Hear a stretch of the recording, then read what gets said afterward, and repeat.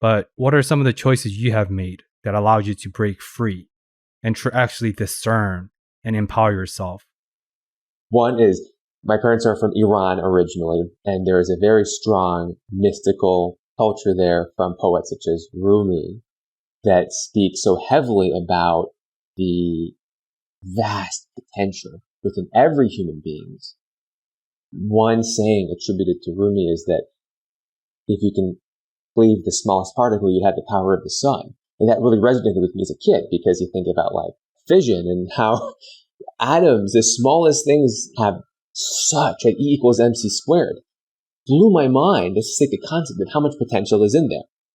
2, somatic cell nuclear transfer, something I learned, I guess, later on in college in biology, how every cell in your body has the potential to clone itself into something new. Not every cell. Yes, some T cells and B cells have modified DNA, but like 99% or the vast majority of the cells, how they clone Dolly, right?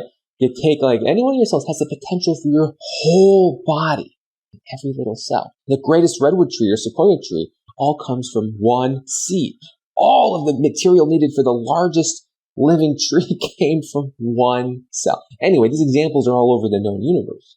I came across Bruce Lipton when I was in residency, who authored The Biology of Belief, and a couple other influential people that I was lucky enough to be able to, by name dropping in residency, I was able to score some time to talk with, and they opened my eyes more to this vast, untapped potential that we all have. Now, some people always attack me. They look at fringe cases. Some children are born with cerebral palsy, with love for Mounty syndrome, with, yes, terrible metabolic disorders that they're going to die in 6 months. You're not going to be able to believe your way out of those things, right? Yes, I get it.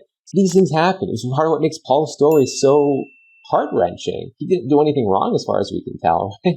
Yes, of course these things happen. So no, you're not going to think yourself. You're not going to hypnotize yourself out of everything. And this is why we need to be realistic, and you need to not go after someone who's pushing an agenda. We know the limitations of what we do, but we also don't limit ourselves. Yeah, a concrete case study that I can think of right now about belief is biology is, I forgot his name. He was a patient with multi-personality disorder, and one of his personality was allergic to peanuts or tree nuts. But then with belief as biology concepts, I think it was under clinical hypnosis, he was put under the seductive state in a different personality, and he was no longer allergic to peanuts or tree nuts. 0 allergen, 0 reactions. And just think about that. That means your belief can actually alter your medical or physiological outcome. That's mind-blowing to me. And I think that's why this is a very fascinating conversation, because mind-body connection is sure, but I think people underestimate the true potential and the capacity that our brain and our mind does have in our, not just everyday life, but these very dramatic procedures, even like surgeries. Oh yeah, the allergy one has been demonstrated multiple times. I'm not saying all allergies are, like, once again, you get some people that attack you when you say this, and it's just not in the ethos of helping anyone. Cat allergies is one that Andrew Weil himself described as overcoming while on, I don't know if it was on LSD or something, but he had cat allergies all his life. At one moment while on a trip, a cat came into his arms, and he was cool for the rest of his life. Never had a breakout ever. I mean, we know that the skin, right? There's several organs that are most susceptible to top-down control. The lungs, asthma, the skin, and then your gut. And is it a wonder that we have so many conditions that have top-down effects? So like in the gut, IBS, how many people have, and there's so many variants of IBS, right? It's because we don't have good medications to treat it because there's such a heavy top-down impact. Unfortunately, in our society, people don't want to be told it's in their head. But it's like, that's, I think, one of the most empowering things to be told. It is in your head. Pain is in your head. Obviously, things like psoriasis, skin cancer. No, not everything, right? And this is why people start to attack me again. No, not everything. You had a melanoma. I'm not saying you were stressed out you got a melanoma. Absolutely not. This is partly a learned behavior, just like how, right, you said earlier, learning is easier than unlearning. We can learn and be conditioned about things for our skin, our gut, and our bronchi, our airway, and our lungs. Very easily we can learn, right? Just like how for our brain, anxiety, depression, these things become to an extent learned behaviors because our brains are just falling into the lowest energy state. The trick is to unlearn them. And that's why, what do they say? Show me a kid who's 7 years old, I'll show you the adult they're going to become. These become ingrained in childhood. And it's part of the spiritual journey to reflect who we think we are. I think the greatest accomplishment we can do is not only to learn what our potential is, but to also de-identify with what we think we are, who we think we are, because labels and identities inherently limit our potential. And of course, like there's so much in the gray, right? Like off-white, the gray area, the nuances. But I think your message is very straightforward, and I really appreciate the nuances of that as well. And there's such practical application in terms of ACEs or adverse childhood experiences. I'm sure you're familiar with them very well, and I'm sure your listeners are.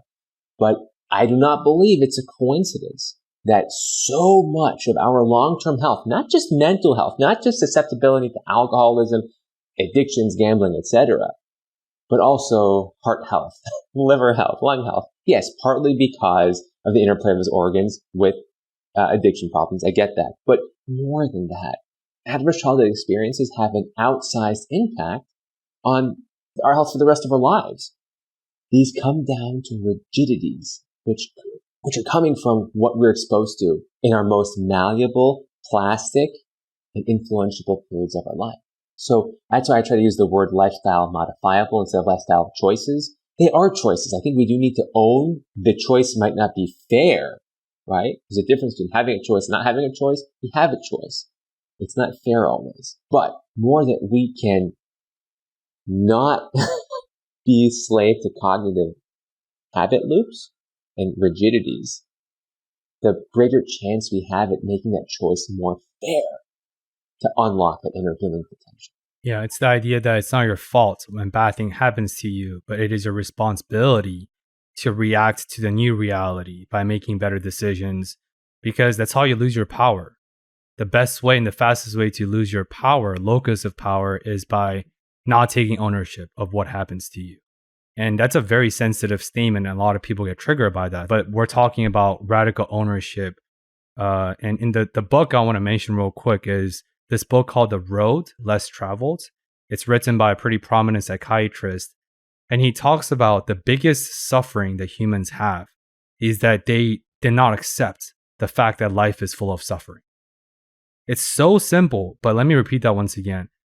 A lot of mental health issues and challenges are developed because they expect a certain outlook of life, or they even created this map that helps them navigate reality through. But then when a new information surfaces, COVID as an example, or when a lot of other new data points surface that contradict or conflict with your map of reality, people don't want to let that in because they're forced to either A, reinvent that map, or B, deal with discomfort of the unknowns or vulnerabilities. But the author of The Road Less Traveled, he just said that, hey, first step before we do anything in life is just accept that life is full of suffering. Bliss was never guaranteed, as we talked about Nietzschean philosophy earlier in the conversations. But once you accept that, life gets infinitely easier. Because you're like, okay, I know what to expect. I internalized that, I processed it. But I think that cognitive process, a lot of people haven't done it unconsciously. Maybe they just don't have the access to the informations, whatever that may be. But to your point, Anthony, I think acceptance, just like 12 8 steps, has to be the first step. And then whatever else comes after is viewed through the lens that, okay, life is not always peaches and rainbows. But whatever happens, I can deal with it if I have the privileges or the ability.